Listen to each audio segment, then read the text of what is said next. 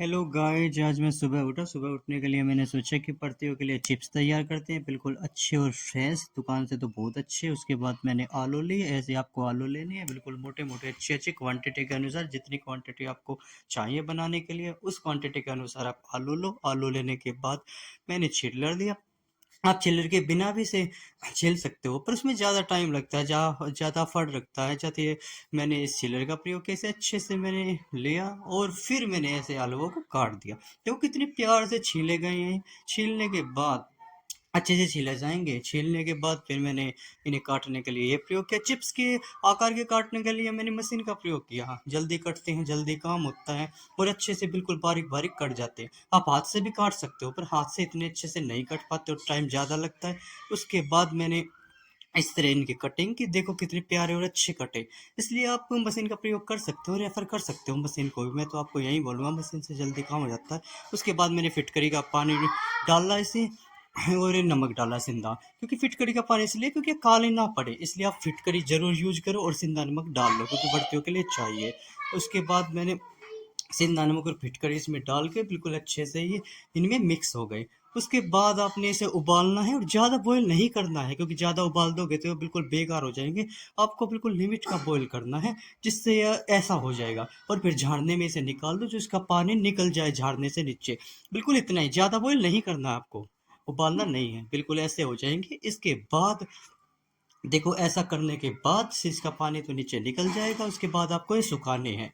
आपको ये सुखाने के लिए आपको ठीक है, चारपाई वगैरह ऐसे रखना पड़ेगा और ये फिर सुखाने पड़ेंगे वहाँ पे। और ये बिल्कुल अलग अलग सुखाने हैं, एक साथ नहीं। देखो बिल्कुल अलग अलग खोल के आपको ये सुखाने हैं। सुखाने के बाद खोल के ऐसे करने हैं अलग अलग, ना तो प्रॉब्लम हो जाएगी और बहुत दिक्कत होगी, फिर भी चिपक जाएंगे तो अच्छे से हो नहीं पाएगा। बिल्कुल अच्छे से आपको ये खाट पे अलग अलग, और जितनी क्वांटिटी होगी उस क्वांटिटी के अनुसार आपको चीज़ें लेनी है। क्वांटिटी के अनुसार चीज़ें लेने से अच्छा होता है ये। सूखने के बाद बिल्कुल अच्छे से फिर आपको पता चलेगा कि चिप्स की जो रेसिपी है वो किस प्रकार से काम करती है। ये एक एक करके आपको अच्छे से सुखाने हैं, ठीक है। उसके बाद ये जो बॉईल हुई चीज़ें बची, ज़्यादा हो गई थी, वे खराब हो गई, उसे हटा दो। उसका और कुछ काम मिला सकते हो आप। पर ये चिप्स में खाट पे आपको नहीं रखना है, चारपाई वगैरह नहीं फैलानी है। सूखने के एक ओर से जब ये सूख जाते हैं तो आपको इसे पलटना पड़ेगा।